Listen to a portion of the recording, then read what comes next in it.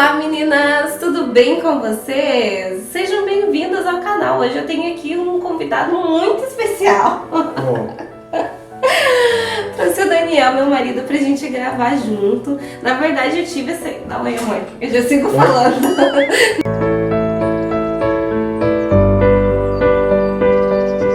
Eu tive a ideia da gente fazer esse vídeo. Na verdade, quem acompanha aqui o canal já deve ter notado que a gente tá liberando alguns vídeos diferentes. E no vídeo de hoje, a gente resolveu fazer uma coisa um pouco diferente. Na verdade, aqui no YouTube tem muitos relatos de parto. Inclusive, eu já fiz os relatos dos meus 3 partos. Só que tem também o parto que acontece, né, do lado, a visão do pai. Né, amor? O Daniel participou de todos os partos, foram 3 partos normais. E o Daniel participou, teve lá o tempo todo, né, em todo o processo dos partos. Então, parto número 3 chegando. Oi, parto número 3. Vai participar do vídeo de novo. Quer ver, amor? Não, quer ficar com o papai. Olha lá pra câmera cá. Oi, menina. Ela tá com soninho ainda, bem.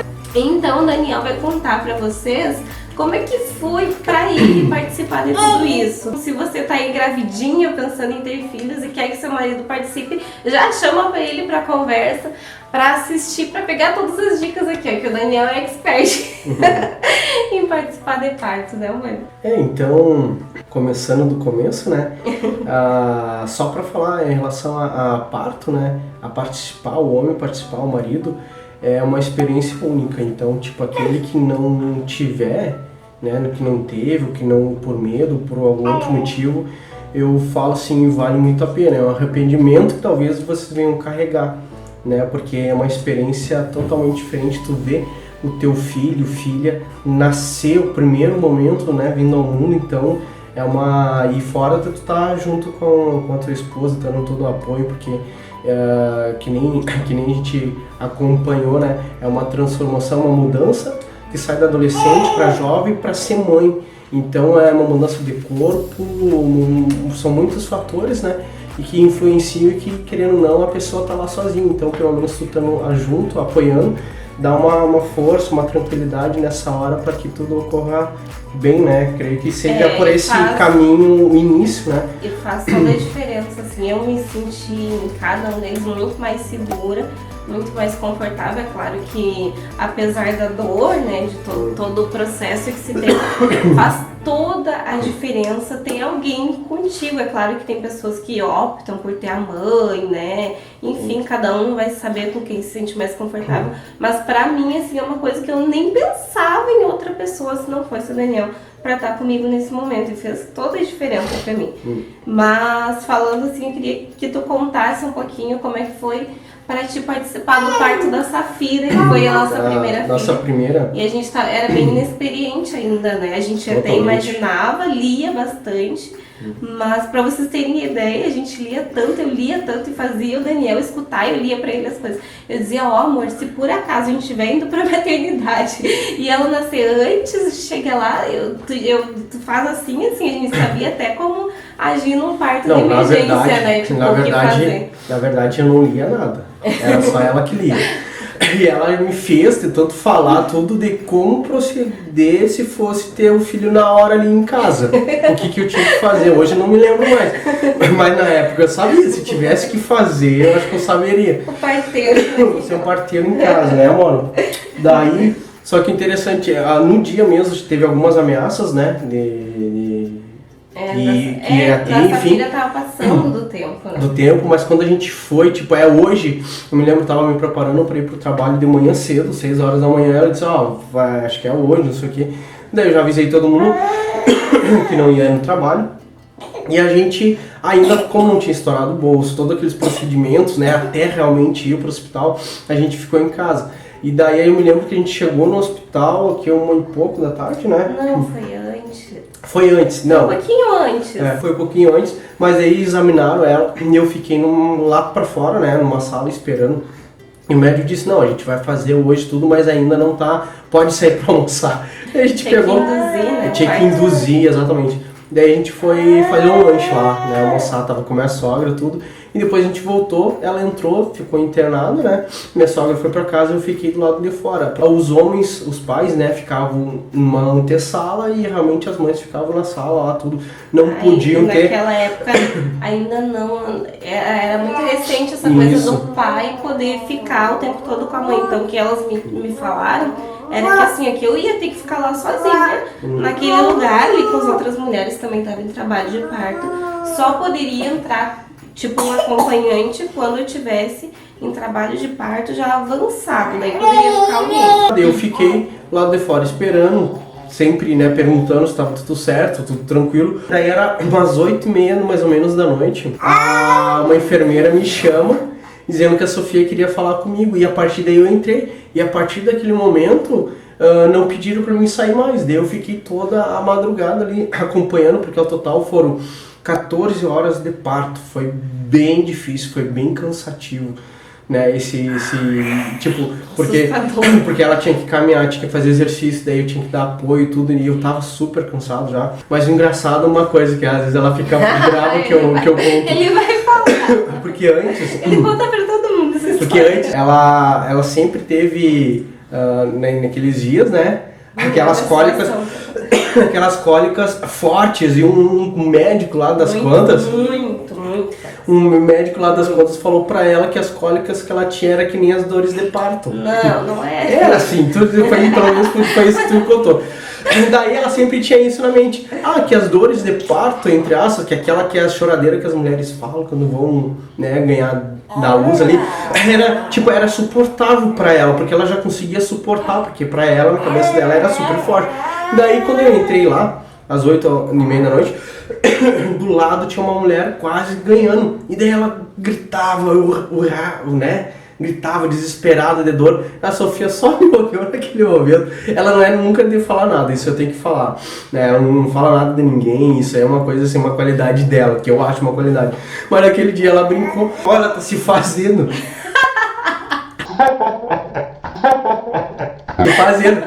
E ela quietinha, calma, tava tranquila ainda, né? Beleza. A mulher foi lá, eu acho que ganhou um filho, tudo bem, né?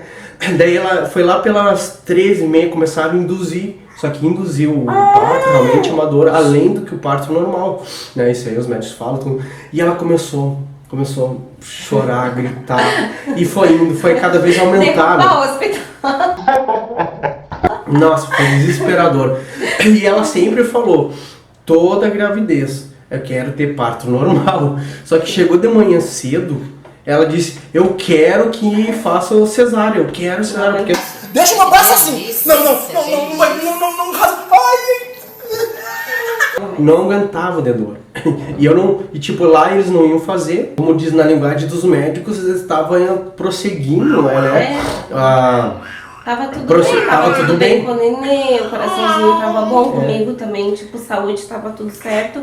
Era só realmente a dor, que era uma dor muito... E pra quem não sabe, assim, quando induz o parto com ocitocina, a contração, na verdade, não só por usar a ocitocina, mas eu tava com tanto medo daquela dor que eu tava sentindo, depois, mais tarde, eu li sobre isso, que quando a gente sente medo e a gente trava, a gente fica tensa, a gente sente muito mais dor do que se a gente deixa aquela onda de dor vir e respira, se concentra até ela passar. E que foi o que eu vivi depois no parto da Manu, que depois, né, que já tem vídeo no canal, e que depois o Daniel pode contar também a versão dele pra vocês. E daí ela, né, muita dor, né, de manhã cedo me pedindo até pra transferir ela para outro médico, outro hospital. E daí eu pensei, cara, na época, no outro hospital eu já tinha feito uma pesquisa, era em torno de 5 mil para fazer cesárea, não tinha R$1 a mais do que os gastos que a gente ia ter ali, a gente tava numa maré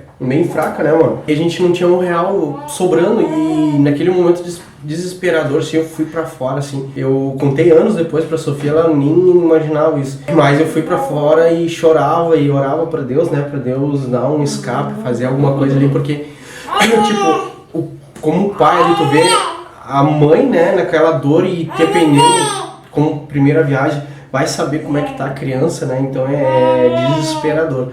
Daí entrei pra dentro, respirei, fui lá dar força pra ela. Aos poucos foi indo, né, aos poucos foi indo. Depois, na verdade, demorou muito pra ter 4 centímetros de dilatação. Daí depois, de repente, foi pra 6, pra 7 e, tipo, deu mais um tempinho, já foi pra 10 e dela E já daí quando foi, a médica só falou, pai, tu quer assistir? É agora. Deu achando Nossa, que é foi muito... uma correria, né? Quando foi uma corrida, assim. Mas quando nasceu bem. Nasceu com toda aquela gosminha branca, né, que em volta da criança. E eu assustado ali, mas nasceu a criança, eu já tirei foto. Aquela coisa de pai coruja querendo gravar tudo, né?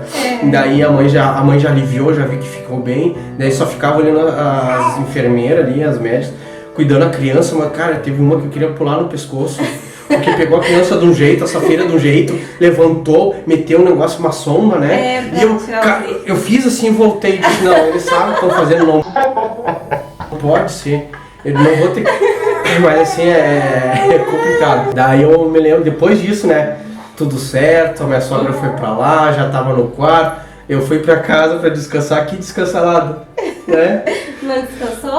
Não, foi olhar filme daí.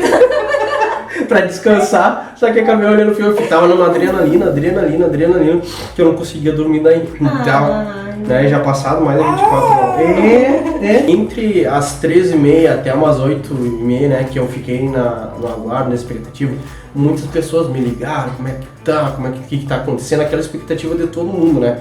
E muita gente nessa hora quer dar opinião, quer dar sugestão, quer falar suas experiências. Eu digo assim, se você tá grávida, se você com teu marido estão aí, faz o seguinte, fecha os ouvidos para todo mundo, principalmente para parede.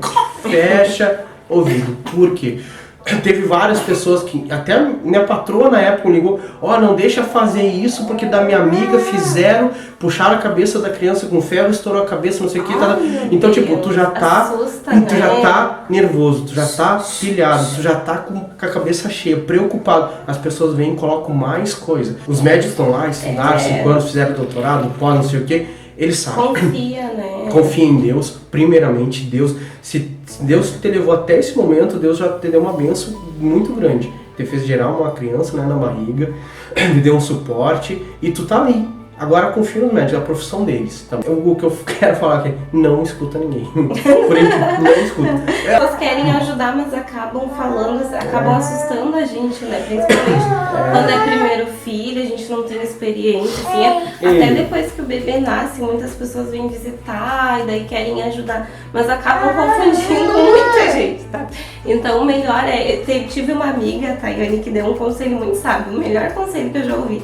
Que foi assim, quando você falar, anota e pergunta pro médico, pergunta pro pediatra da sua filha, que é a melhor coisa, ele que vai conseguir te dizer certo, o que é certo, o que é errado. Então isso, acho que essa era uma visão bem simples, curta, para não estender muito, mas uma visão de um pai, né, de acompanhar, eu digo, é sofrido, tu chora junto, tu sente junto, claro que essa dor forte de criança aí não, mas é tão forte como talvez fosse, eu imagino, né? Porque, nossa, é muito profundo. E depois tu tá lá, tu vê a criança nascer, depois tu já pegar, é uma ligação, uma lembrança que tu vai ter, como se fosse um presente para ti. Claro que depois ao longo da vida, desses primeiros meses, anos, que tu vai criar aquela relação, vínculo com teus filhos, que eles vão lembrar pro resto da vida, enfim, né? Aquela primeira impressão.